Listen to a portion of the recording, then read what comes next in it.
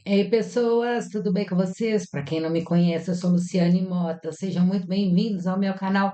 Aqui a gente faz um estudo mais aprofundado sobre as realidades do mundo espiritual, sobre a vida após a morte, sobre reforma íntima e, sobretudo, sobre cultura de paz. O que é que isso tudo tem a ver? Que nós somos seres espirituais. Enquanto a gente não estiver em paz com a nossa espiritualidade, nós não vamos poder ser pessoas melhores para nós e para os outros e para o meio ambiente. E estamos no meio de uma transição planetária.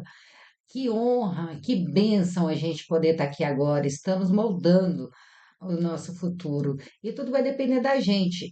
A Terra está caminhando de um mundo de provas e expiações para um mundo de regeneração. E a cultura de paz está totalmente inserida nesse contexto. Um mundo regenerado é um mundo onde o bem prevalece sobre o mal. Então é necessário que a gente entre em contato conosco, que a gente trabalhe o autoconhecimento, que a gente tenha mais compaixão conosco e com os outros, que a gente faça a reforma íntima. E tem muito conteúdo que já foi deixado para a gente poder estudar. Basta só a gente pegar e se aprofundar. E eu, para ter essa disciplina de estudar todos os dias, eu me comprometi, eu vim aqui gravar para vocês, mas sempre como aprendiz, nunca como aquela que sabe demais. Então, o nosso texto de hoje, para sair estudar o Evangelho de Jesus na prática, como aplicar o Evangelho no nosso dia a dia, é do livro Palavras de Vida Eterna, da coleção Fonte Viva, psicografada pelo Chico Xavier, ditada pelo Emmanuel. Então, a lição é a 151. Rogar.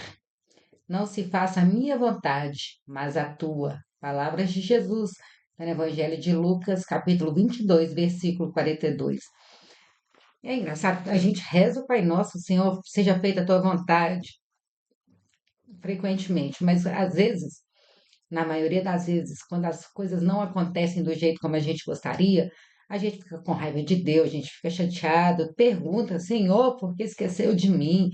Nós não gostamos de ser contrariados, a gente age como se nós soubéssemos o que é melhor para nós. E Deus está agindo na nossa vida o tempo inteiro. E aí, às vezes, a gente pede alguma coisa e não vem aquilo que a gente pediu, e a gente fala, Deus esqueceu de mim. Mas muitas das vezes a ausência de resposta é a resposta. Só não é a resposta que a gente gostaria.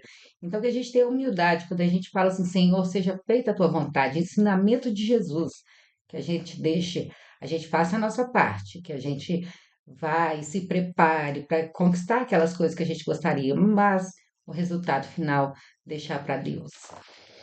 Então, vamos lá. É comum a alteração de votos que formulamos, de planos que fazemos. Vários propósitos que se nos erigiam na alma por anseios aflitivos do sentimento caem após realizados, nos domínios do trivial, dando lugar a novos anseios. Petições que endereçamos à vida maior, em muitas ocasiões, quando atendidas, já nos encontram modificados por súplicas diferentes. O que ontem era importante para nós costuma descer para as linhas da vulgaridade, e o que desprezávamos antigamente, não poucas vezes, passa à condição de essencial. A vida é mestre para fazer isso com a gente, dar umas reviravoltas para que a gente coloque as coisas no devido lugar, para que a gente dê valor para aquilo que realmente importa. Forçoso desse modo rogar com prudência as concessões da vida. Poderes superiores velam por nossas necessidades, facultando-nos aquilo que nos é efetivamente proveitoso. Em circunstâncias diversas, acontecimentos que nos parecem males são bens que não chegamos a entender de pronto. E basta analisar as ocorrências da vida para percebermos que muitas daquelas que se nos afiguram bens resultam em males que nos dilapidam a consciência e golpeiam o coração. Todos possuímos amigos admiráveis que se comovem à frente de nossas rogativas, empenhando-se influência e recurso por satisfazer-nos, prejudicando-se frequentemente em nome do amor por nossa causa, de vez que nem sempre estamos habilitados a receber o que desejamos, no que se refere a conforto e vantagem. Aprendamos, assim, a trabalhar, esperando pelos desígnios da justiça divina sobre os nossos impulsos. Importante lembrar que o próprio Cristo, na fidelidade a Deus, foi constrangido também a dizer: Pai, não se faça a minha vontade, mas a tua. Essa passagem, quando Jesus fala isso, é quando ele subiu para o monte antes de ser crucificado, quando ele já sabia o que iria acontecer com ele, e ele chorando falou: Pai, seja feita a tua vontade, não a minha, porque ele sabia que Deus sabia o que era melhor para ele, para todos os envolvidos, e é claro que a gente gostaria que as coisas acontecessem na forma como nós, que seja melhor para nós, para as pessoas que a gente gosta, mas Deus está aqui para trabalhar as nossas imperfeições. Deus está aqui, Ele tem um propósito para cada um de nós.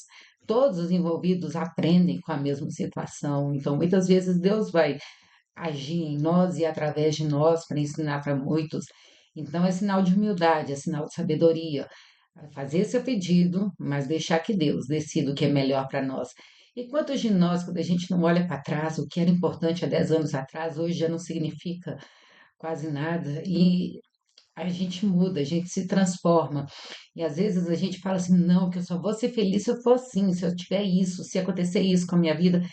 E de repente não é nada daquilo, é uma bela de uma ilusão, é, é o nosso ego falando, é a gente enxergando as coisas de um ponto de vista muito raso. Deus enxerga do alto, Deus vê tudo, passado, presente, futuro, quem nós iremos nos tornar.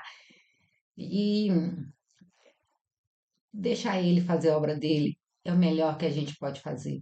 Confiar em Deus sempre, porque Deus é pura bondade, é puro amor, é pura misericórdia, até mesmo quando quando Ele nos dá adversidades e provas para a gente superar. Então, e as provas, não se enganem, não é Deus que pede, somos nós, o nosso espírito que já pede antes de reencarnar. E Deus não dá nenhuma prova que a gente não seja capaz de superar. Então é isso, espero que vocês gostem, curtem, comentem, compartilhem. Vamos criar uma imensa corrente do bem aqui na internet. O mundo tá doido, tá de cabeça para baixo. A gente olha para um lado tem problema, a gente olha para o outro tem confusão, mas a gente precisa direcionar o nosso olhar, porque em muito lugar já está ocorrendo a solução. Já tem muita gente se mobilizando para fazer desse lugar um pouquinho melhor. Inclusive, todas as pessoas que já estão procurando encontrar a sua luz já fazem parte da solução. Então, vamos deixar brilhar a nossa luz. Vamos encher a internet de um conteúdo bacana, um like nesse vídeo. Já mostra para o YouTube que esse é um conteúdo legal que vale a pena chegar para as pessoas. É, enfim, nós temos o poder de escolher o que que a gente quer para a nossa vida nas nossas mãos. A gente quer focar no problema ou a gente quer focar na solução? Vamos construir um mundo melhor? Vamos começar por nós? Vamos nos regenerar? Então, sejam bem-vindos. Aqui é a nossa proposta. Não querer ser melhor do que os outros, mas querer ser melhor do que a gente foi ontem. Um beijo, fiquem com Deus, grande abraço.